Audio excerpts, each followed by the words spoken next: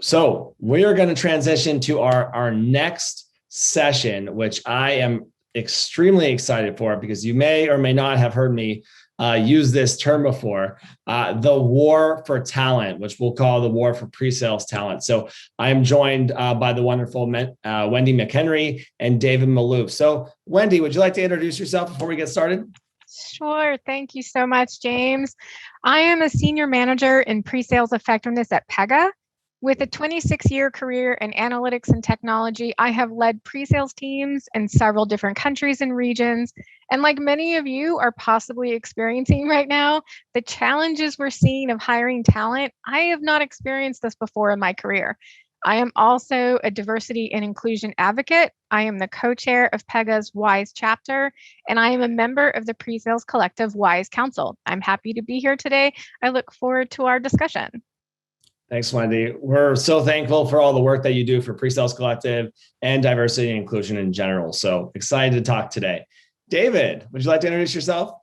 Absolutely. I will admit, after watching that opening session, I'm rethinking the way that I introduce myself. We'll go old school right? for today. That's good. So, again, my name is David Maloof. I'm a group vice president of solutions over at Salesforce. I lead a business architecture and business value teams, as well as our Scout Academy, which is an early in career hiring and training program.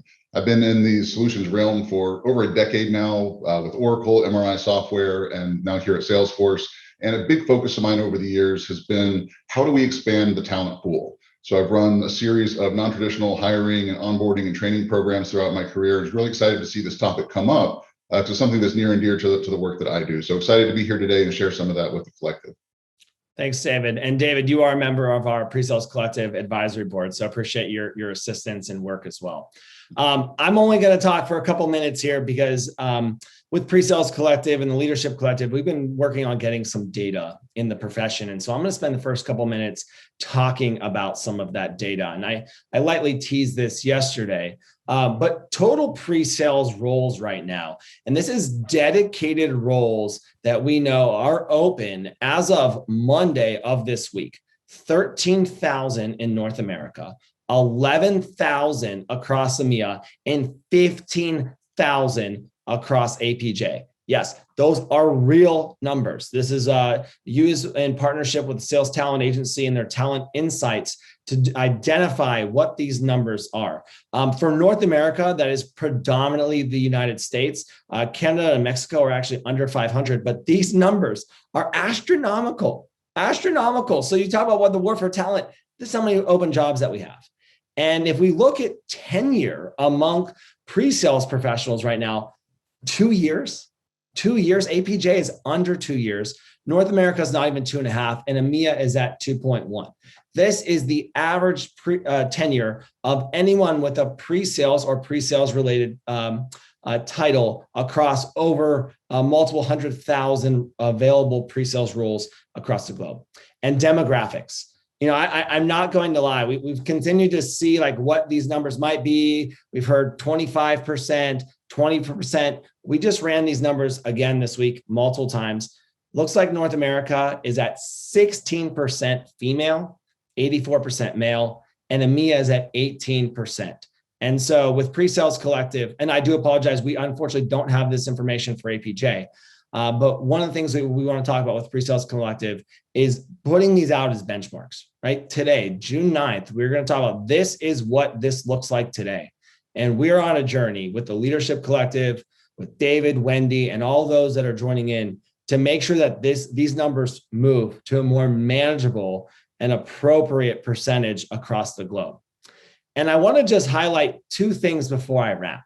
And very interesting, job changers over the past 18 months. Now, we know this is mostly based off LinkedIn, and sometimes you could put that you're at the PreSales Leadership Collective or PreSales Collective as a member, but we've seen over 18 months, 14,000 job changers, 26,000 in EMEA, and 12,000 in APJ. Those are numbers based off job changes on LinkedIn with PreSales.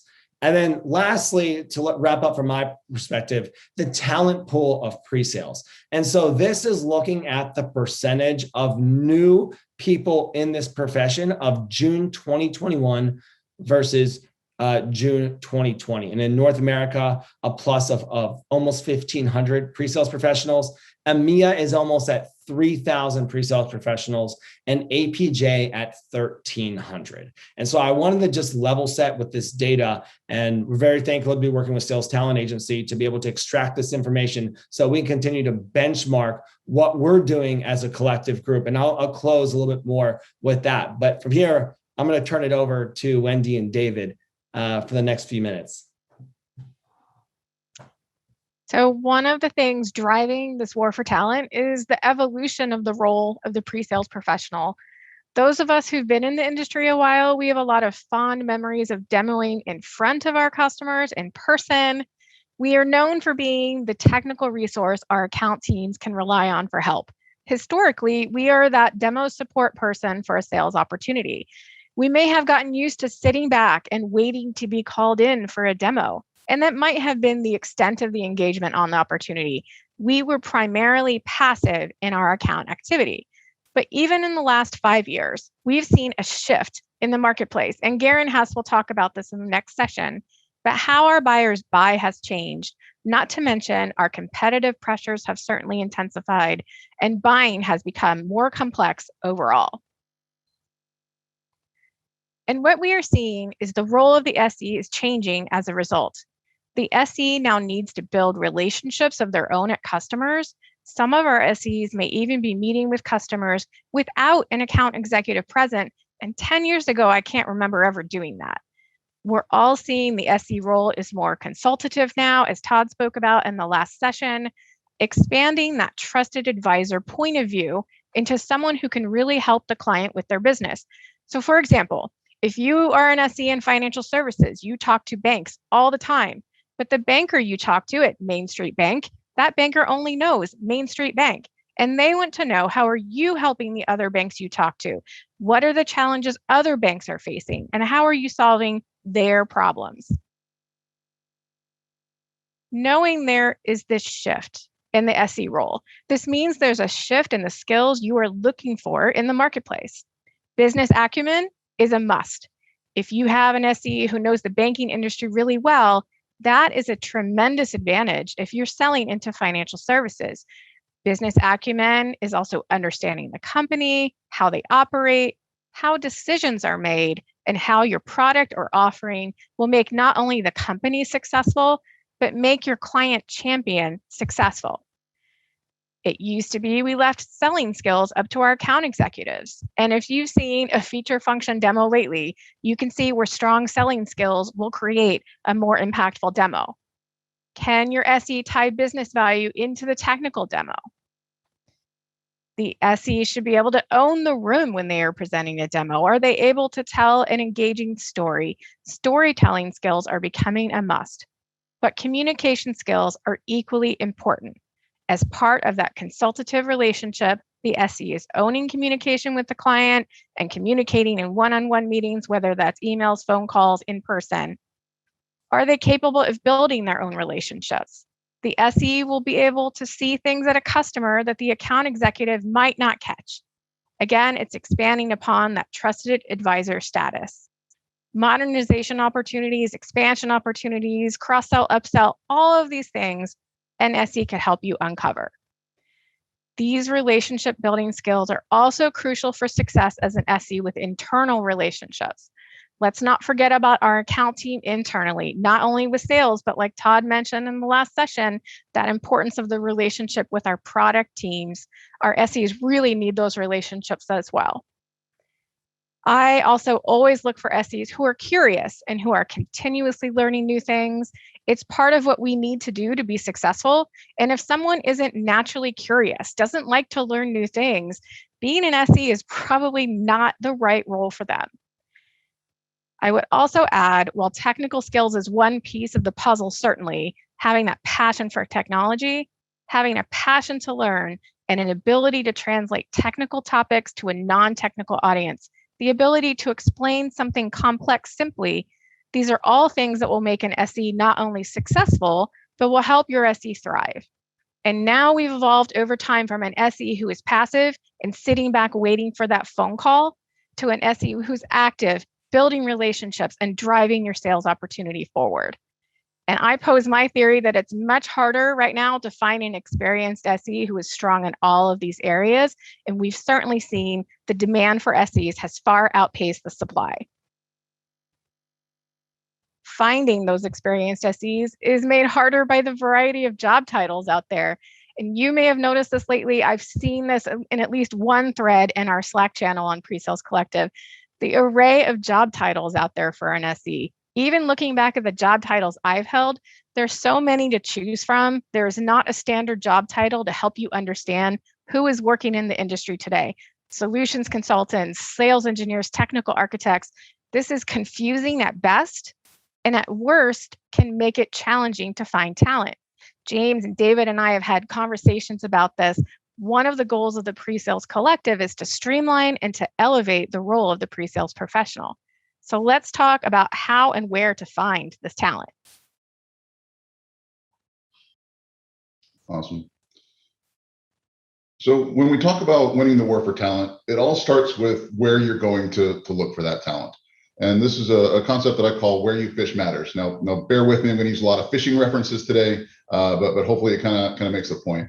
But what I mean by this is when we're going out there and we're looking for talent, we have a tendency to fish from the ponds that we're familiar with. We go to the same ones over and over again. And as James alluded to earlier, there just aren't enough fish left in that pond to meet the demand. There's so many pre-sales jobs that are out there right now that we've exhausted those typical channels. So if we think about kind of the buckets that the talent fall into, you can think of the ponds that you're traditionally going to over and over again as your traditional talent, right? And these are your competitors, your customers, the people that might have been a consultant in a past life. These are our go-tos. When someone leaves the organization, when we get a new headcount, we pick up the phone, we call our network, and we say, hey, are you looking? Are you ready to make a change?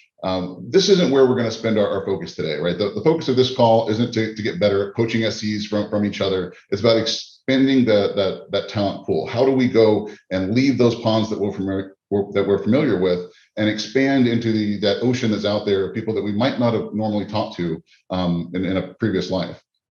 So the opposite of that is obviously non-traditional talent.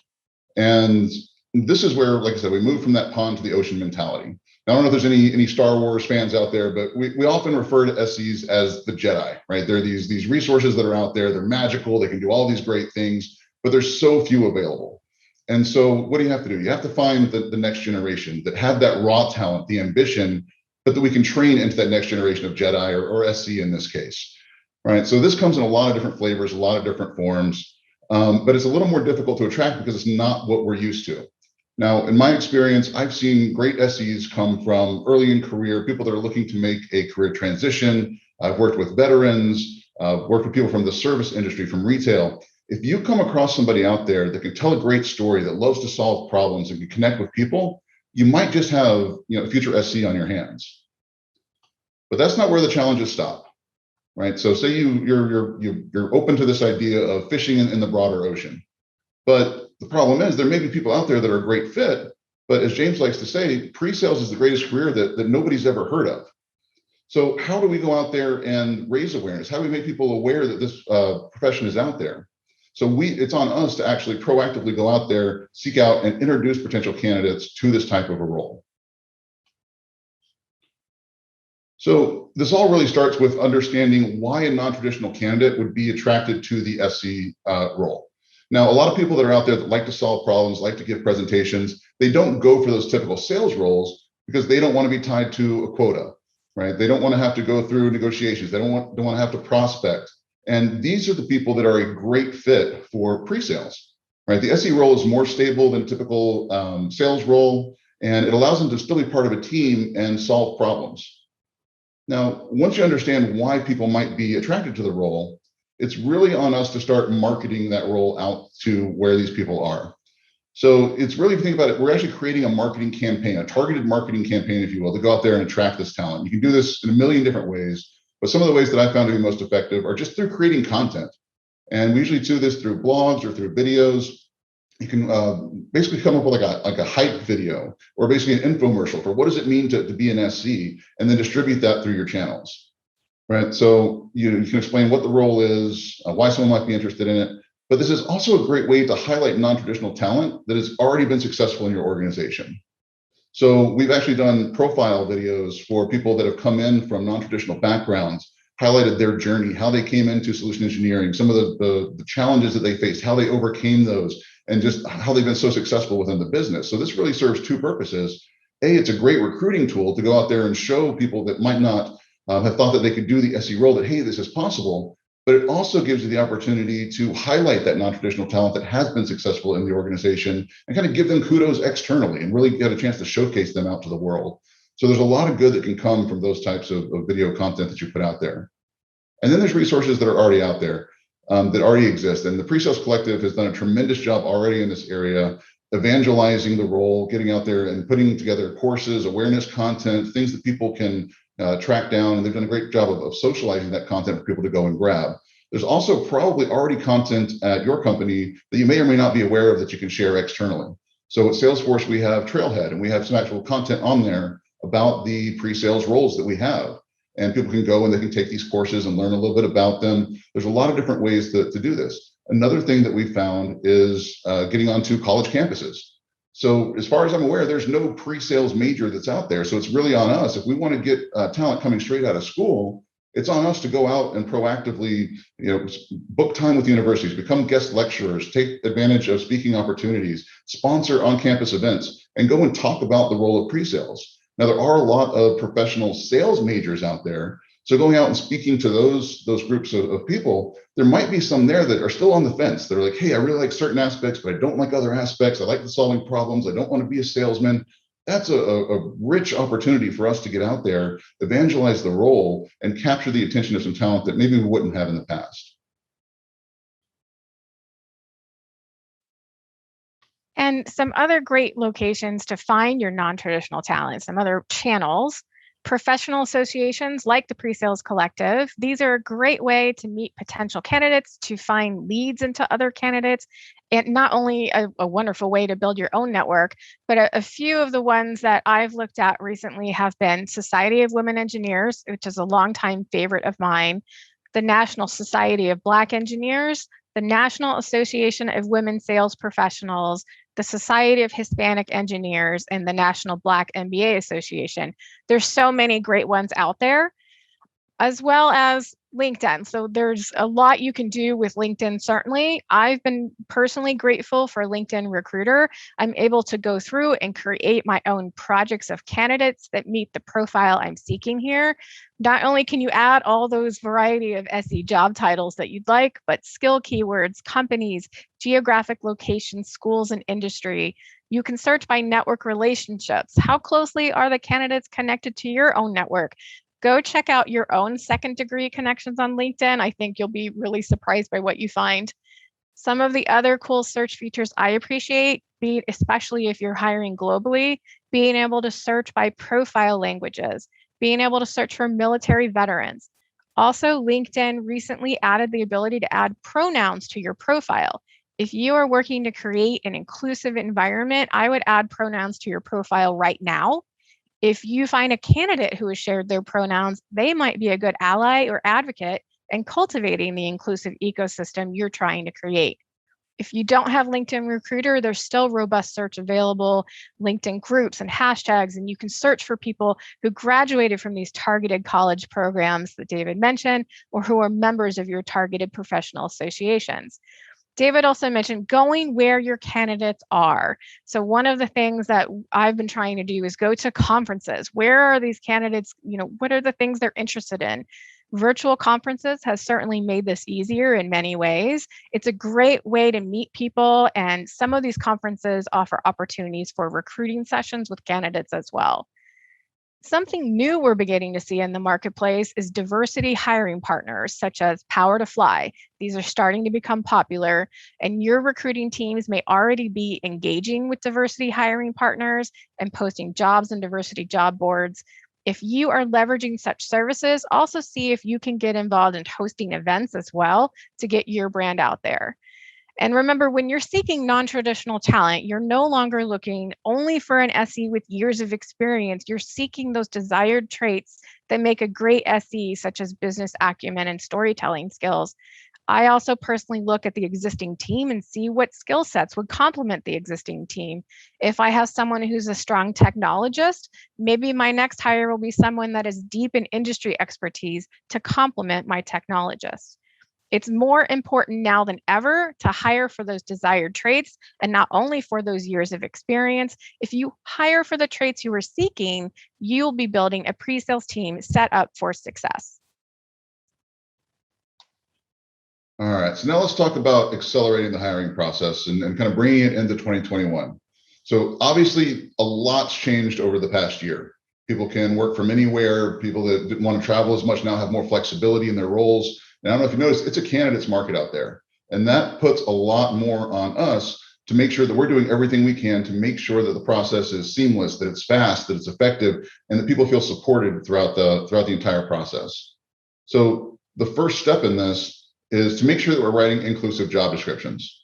Now, if I had to guess, if you're an SE organization or a pre-sales organization that's been hiring for quite a while, you're probably using that same job description year after year, right? You get it, you might change it a little bit based on the role that you're hiring for, and then you repost it and you just kind of go on with that. I'm also willing to bet that if you're a smaller company and maybe you're making your first pre-sales hires, that you went to your internal recruiting team and said, hey, I'd love to get a pre-sales job description that I can use to post this role. And they probably give you a blank look, right? If you haven't hired for this in the past, oftentimes there's not a template to start from. So next, you probably went online, you Googled some jobs that were out there, you grabbed someone else's job description, you tweaked it a little bit to make it relevant to your company and to the position, and you posted it, and then it becomes just like the companies that have been doing this for a while. It's kind of recycled. You keep changing little details, but by and large, it stays the same year over year. And if we're looking for non-traditional talent, that has to change, right? That worked in the old world. We were targeting very specific, like I said, people from competitors and some of these traditional ponds. If we're looking to expand upon that, we have to go back and fundamentally rethink the way that we're doing our job descriptions. So the first thing here is avoid outdated requirements. We've all seen the memes out there, right? Entry-level position, 20 years of experience required, right? Nobody wants to be that company. So let's start there. Let's get rid of those sort of arbitrary, outdated requirements and focus on transferable skills. So removing requirements like that and adding things like presentation skills, problem solving, some of these other traits that Wendy talked about earlier in the presentation, those replace those outdated requirements that we have on there. The second thing is don't use industry jargon. And this sounds a lot simpler than it actually is. So we recently went through and we were doing some updates to our job descriptions, and we'd gone through a draft that had passed several iterations, and everyone said, okay, this looks good, this looks good. And I just by chance showed it to somebody else that was outside of the company. I said, does this make sense to you? And one of the questions they asked me said, what's a discovery? Right? We all know what discovery is. We do discovery all the time. But if you don't come from a sales background, you haven't been in this world, something that we take for granted, something as basic as running a discovery call can prevent someone from applying to a job because they don't know what that means. So we replace discovery with talk to clients to better understand what their challenges are. Right? That's a universally understood language versus something that we may just take for granted or throw in there. Right? So there's the obvious avoid acronyms and things like that, but try and get an outside-in perspective on, does this make sense to someone who's not at your company, who's not in your industry, as you're starting to rethink how to write these job descriptions. Language bias, same thing. Oh, it's easy. We're going to go through and we're going to use gender-neutral pronouns. We're going to make small tweaks here and there, but there's a lot of biases that you don't even know that you might have in your job description. Now, the good news is here, there's a lot of software out there now that checks this for you. So I don't know if you've checked in Office 360 lately. Most of the tools there, from PowerPoint to Word, you can actually run a proofing kind of pass through it, and it'll let you know if you're using language that is kind of widely accepted and appropriate to maximize the impact that it's having for a variety of audiences. Focus on transferable skills. These go back to all the things that Wendy talked about earlier, and then include corporate culture and benefits information. Right? This is on us to try and sell this position to non-traditional candidates who aren't familiar with necessarily the role. A lot of them are going to be blown away by the types of culture and benefits that our companies offer that they're just not aware of. Now, you can't include your entire benefits package on the job description and whatnot. So if you're having trouble trying to narrow down what to include, I would just do this. Go out on Glassdoor, look at your company reviews. And the benefits that people are talking about the most, what people are raving about, what people are excited about, and why they're staying at your company, include those snippets in the job description. And that'll help you really focus in on what are people excited about, what are they going to come to your company to work for, And for someone who's coming in who doesn't have a pre-sales background, this is where they really start to get excited. They're learning about the role, they're understanding what it is, and wow, I get all these benefits that come along with it. So just something to keep in mind when you're writing those job descriptions. So once you've got your pipeline of candidates, it's time to bring in your candidate for an interview. I encourage you to truly examine your candidate experience. Take a critical eye to the interview process your candidate goes through. How is your team and your company being represented? Is the candidate running a gauntlet? And are the candidates truly welcomed? Sharing your corporate and personal commitment to inclusion and diversity throughout the interview process is great. It's Pride Month right now, and I've been so excited to see what my company has been sharing in honor of Pride Month, and I happily talk about it with candidates, with all candidates. And hopefully they can see my passion for inclusion and diversity, and hopefully feel they are welcome here and can see themselves here. Make sure you're including any information throughout that interview day as well with any of your available employee resource groups. Offering a diverse interview panel is also important. I share an interview experience I had where I interviewed with so many men and no women. And I remember thinking to myself, where are the women? Surely they have women here. That's not a great candidate experience for a woman or for a man. Today, more and more of our candidates expect corporate commitments to inclusion and diversity and expect to see diversity represented in their teams. And be aware, more and more of our candidates are out there researching your company to see where you stand on inclusion and diversity initiatives. I also strongly recommend for anyone you have participating in interview panels that they have been trained in your company's inclusion and diversity hiring goals and in initiatives such as unconscious bias. If your company offers training, your interview panelist should take it. If your company doesn't offer training, LinkedIn Training has some really good ones on inclusion and diversity. all right, so you've gone and you've updated your job descriptions, you found some non-traditional talent, you've got your diverse interview panel set up.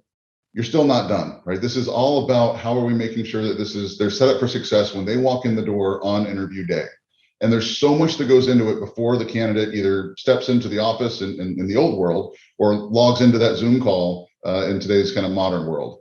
And the first thing that I highly recommend is assigning a pre-hire mentor. Now, when we think about mentorship, oftentimes we think about after they've started, right? They're on board, we're going to assign you a mentor and this person is going to help you along the way. I'd like to see, and then something that we're working with now is assigning a mentor that starts with the person right after they apply and kind of pass that first round kind of screening interview, carries through the entire process that they're going through the interview, that helps them through dry runs, they come on board, helps them through onboarding, and then stays with them through their early journey at the company. So while there's all these different groups that are involved in an onboarding and interviewing process, from your employee success group to your enablement group, there should be one common thread that kind of ties that entire process together. And in a perfect world, that's the pre-hire mentor that follows them through their journey. Now, ideally, this pre-hire mentor would be of the same non-traditional background. So if you're hiring somebody that maybe is from outside of industry, someone else that's from outside of industry that has kind of gone through those same challenges, that would be an ideal situation. Now, it's not always the case, but the consistency here is going to be the key. So if you get both aspects of it, great. If not one of the two, we'll kind of help you as you move through this. Provide access to on-demand training. So, and we'll kind of tie in some of these together. So the provide access to on-demand training and the coach effective presentation skills. One of the things that we're finding is, each different group of non-traditional hires is going to have things that they're great at and things that they need to develop. And they're going to be vastly different based on their professional and educational backgrounds and experiences. So identifying those differences early on is really going to make a more successful experience as they're going through the process. So if we've identified that maybe a person's very strong technically, but they haven't spent a lot of time with customers, they haven't given a lot of presentations, we'll host on-demand webinars that go through presentation training.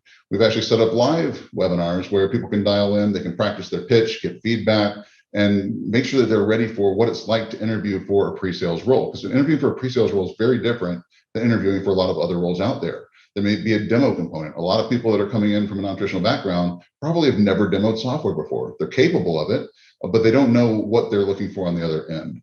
So providing this before the hire even starts really ensures that they feel invested in throughout their entire journey and makes that process a lot more streamlined as they're going through. So interviewing a non-traditional candidate, we already talked about ensuring a diverse interview panel, and I put it on here again because it's really worth reiterating, right? No one wants to Wendy's point, no one wants to walk into an interview panel where nobody looks like them, speaks like them, has the same background as them. You want to make sure that that's the primary focus, that they feel included from day one when they walk in for that interview. The second is to include a member of your team on the panel with a non-traditional background. And again, it doesn't have to be the same non-traditional background, but someone that understands that this person coming in doesn't have those same skills that a traditional SE might have right out of the gate. Someone that understands that journey and can help craft and understand the right questions and the right journey to take them through as they're going through the interview. So have example questions ready to go. And I've got a couple of ones here that I jotted down just kind of as examples. So typically when we go through an interview, we ask a lot of questions, tell me about a time when X, Y, and Z. And for someone that's coming in with a non-traditional background, we're going to have to tweak those kind of questions a little bit to get to the same result, but in a way that they're more comfortable answering the question. So instead of, tell me about a time when you had to deal with an irate customer, right? Maybe this person hasn't dealt directly with customers before.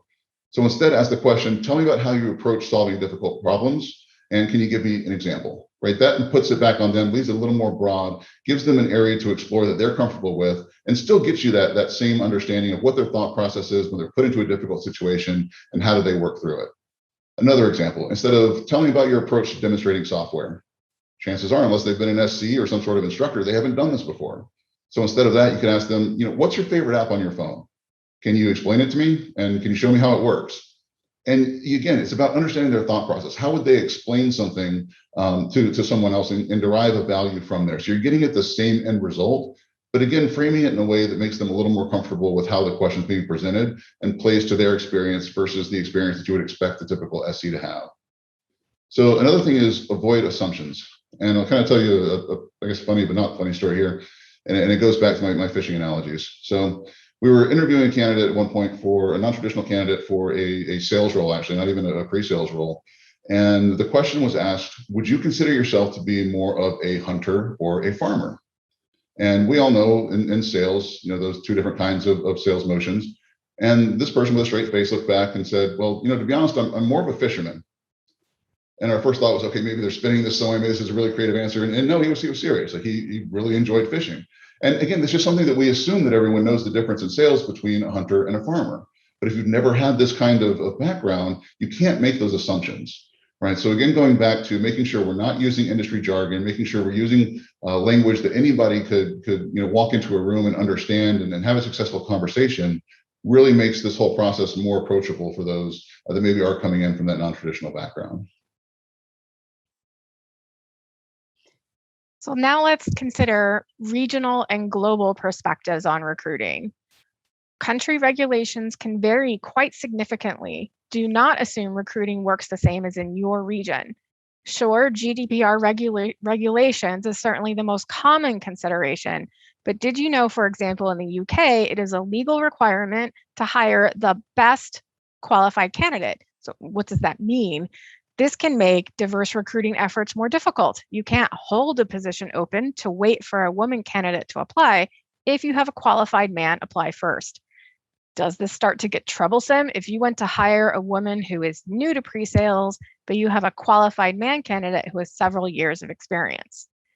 Work with your HR recruiting partner to understand the local market and diversity recruiting trends in the area. Use local language where possible and avoid corporate speak, as David mentioned. So for example, if you're an American company hiring for a position in Europe, it is possible that your company may use jargon and terms that are not familiar in Europe. I'm sometimes surprised how often this has come up for me, but your recruiting partners should be able to help review. If you must use English globally, keep the grammar and the vocabulary simple and concise to make it easier for non-native speakers.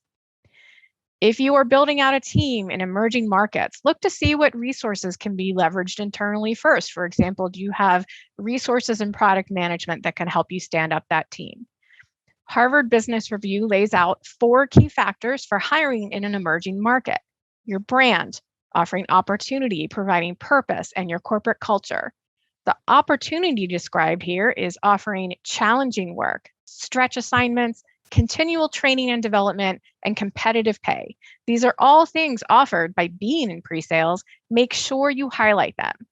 Also, there are indeed opportunities by joining in an emerging market, opportunities for accelerated career growth. Leaders are needed and can certainly be created through rolling out and standing up a new team.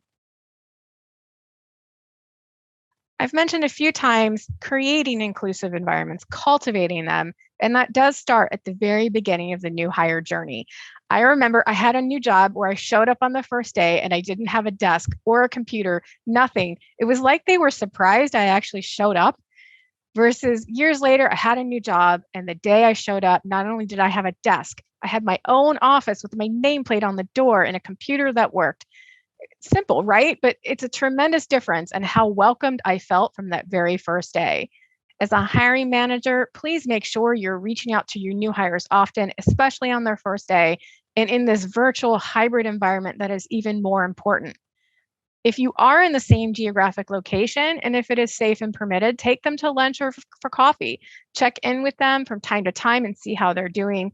Introduce them to other people in your network, not just within your team, but by introducing them to other people in your network, it helps them build their own network. David already talked about the process of assigning a mentor. I've certainly found in pre-sales a lot of success with job shadowing. And the panel discussion yesterday also shared their perspective on mentorship and pre-sales. Make sure you give that one a listen if you didn't catch it. And the onboarding mentor may not be the same person who is their ongoing mentor. And finally, take time to ask the new hire to evaluate their new hire experience. You will spend a lot of time and effort finding these new hires. You want to keep them and create an environment where they would be happy to stay. Have you ever had a new hire quit shortly after joining? I personally haven't had it happen, but I've seen it happen. It is not a fun experience for the hiring manager. So if there's something you can learn about the new hire experience, perhaps you can improve upon it. After all, we spend more time at work than with our own families, right? We want that to be a fun and a rewarding experience too. So why is it important to have inclusive environments? The research shows, and there's a lot of research out there from Harvard Business Review, McKinsey, Deloitte, and countless others, employees in inclusive environments report higher job satisfaction, experience a boost in morale, leading to more productive teams with lower employee turnover. Inclusive environments encourage people to speak up and share their perspectives, their opinion, and research shows inclusive environments and diverse teams make better decisions. We've done all of this work to bring talent on board. We want them to be successful, to stay and grow within our company, and it's great that we can see a benefit as well. So once you've gotten talent on board, you've nurtured this inclusive environment, what is needed to help them stay? All right, so how do we ramp and retain talent? Now, this is probably longer than just one session, right? This could probably be a three-part Netflix miniseries of just great discussion, and hopefully we have the opportunity to come back and do that at some point. But I know we're coming up here kind of close to time, but I want to hit some of these highlights and make sure that everyone understands that, you know, once they're in the door, the job doesn't stop, right?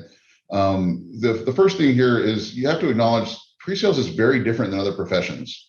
Right. If you look at other non-traditional talent, they're probably coming in from a job that was very structured. They clocked in at 9 o'clock in the morning. They had a set number of tasks they had to do during the day. They clocked out for their 30-minute lunch. They come back, and at the end of the day, they kind of clean the slate and come back in the next day. Or it could be any sort of variety of other type of arrangements. If you're coming in from being a teacher, or you've been a lawyer, or you've been a military veteran, your days look very different. And being mindful of that as people are starting to ramp into a pre-sales organization can really go a long way, right? Making snap judgments about the way that they are punctuality, calendar management, things like this. These are all skills that we're going to have to spend extra time on, and making sure that they understand the way that a sales organization operates, the connections that they're going to have to make with the sales team, working with a lot of quickly moving type A kind of sales types of personalities can be very different and very jarring for someone coming in from the outside. So just something to be mindful of and be aware as people are ramping into these organizations. And then the next one here is avoid generalization and embrace nuances of hire type. So I said, you know, previously, I've run onboarding and training programs for a lot of different types of backgrounds. I've done cohorts of new hires that were all from military veteran backgrounds, that were all college new hires. And then I've also done programs that were mixed, where we had experienced hires, we had non-traditional backgrounds, we had military veterans, we had just a large group of people. We did that a couple of different times. And the first time, I'll be honest, it didn't go so great because we didn't acknowledge the differences in those backgrounds. And we approached it with a standard curriculum. Now we did it again the second time, and we took the time up front to talk about roles, to talk about backgrounds, to talk about the different roles that everyone in that cohort was going to play as they were moving through the program. And that went a lot more smoothly because everyone understood the perspectives of the other members of the group. So again, just something to keep in mind. Some other things that you can do here: create alumni style programs. The onboarding shouldn't stop as soon as they're done with training. They should carry through them and give them the opportunity to remain involved in an environment that is supportive throughout their tenure with your company. Launch ERGs. I know a lot of companies out there already have them. These are employee resource groups. They're groups that are formed by employees who share common characteristics and to really build communities. At Salesforce, we have 12 of these. So we have our women's network, we have Vet Force, we have Bold Force, Asia Pac Force, and several others. And these are great communities that help people foster a sense of belonging within the organization. Career development opportunities, again, could be its entire session in and of itself, but engaging them with high profile projects and giving them exposure and a path forward throughout their career, not just once they've started, it's going to go a long way. So all said and done, representation matters, right? This isn't just a check the box exercise. Just because you've made a couple of non-traditional hires doesn't mean that the work is done.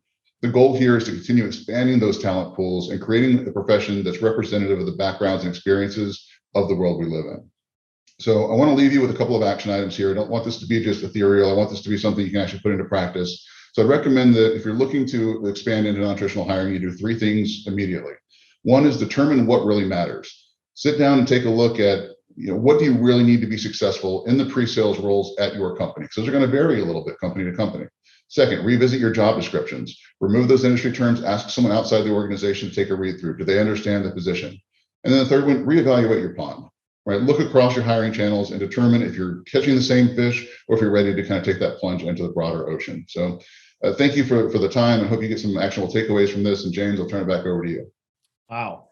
David and Wendy, thank you so much for this session. I mean, this is incredibly impactful. I've already had a number of people message me during the session. I'm looking forward to our next step, right, which is actually creating a follow-up roundtable on creating a diverse candidate hiring pipeline. So we'll be doing this on July 20th. 12 o'clock Pacific time for a 60-minute session. So this will be led by David and Wendy, and we'll continue to do more of this. I thought the two of you did an incredible job of breaking down a lot of the barriers and silos and things that exist in this issue that we face around diversity and inclusion. I think this is something that PreSales Collective wants to continue to tackle and to continue to help with, and we'll continue these conversations. Even Eugene and I were even just messaging during this that said, hey, we need to make sure that this message goes beyond the Leadership Collective and goes out to the broader pre-sales community. So I want to thank you both for the amazing presentation. And so as we wrap this session, I want to talk a little bit about how PreSales Collective and the Leadership Collective is going to help while we continue the war for talent. So in our roadmap session, we're going to go over a couple of things that are happening, but the biggest thing is that we are announcing recruiting partnerships. So Eugene and I have been working behind the scenes the last couple of months. We've worked with a couple of vendors and a couple of companies already to help our PreSales Leadership Collective members find talent. We've already gone through the numbers. It's really tough out there. And so we're working with a number of companies that will help you place. So if you can use external recruiters, we vetted people all over the globe who know and specialize in pre-sales. So reach out to leaders at presalescollective.com with the job description, with what you're looking to hire. We'll vet the information that you have and then route you to the right and proper partner, which we're really excited about. We've already seen companies get placed. So it's very exciting. Our job board continues to be the most active thing on the PreSales Collective website. If you're in the Slack and you see the job board, it is nonstop. So please continue to post your roles there. Please continue to post yourself as a candidate. And, David mentioned one of the projects that they're doing at Salesforce around interviews. And so there is a project team working on what we're calling the PreSales Awareness Project, who are interviewing 23 individuals who've taken non-traditional paths in the pre-sales and talking about the story. So those interviews started in May. That project will be going live in July and August. And alongside that time, we're working on an ebook around the state of diversity within pre-sales. I don't want to put too much out there yet because it's being put together as we speak, but our goal is to launch that at the end of July and early August. Again, we want to benchmark. This isn't just words on the paper or words on our presentation. We want to be able to really showcase the impact that we are all making together. And I'll highlight a little bit more in the roadmap session, but we're going to talk about what PreSales Collective plans on doing to diversify the talent pool and help you all with hiring. So with that, Wendy, David, thank you both so much for this session. Thank you so much for what you continue to do for pre-sales and pre-sales profession and really leading from the front. So thanks for your time today.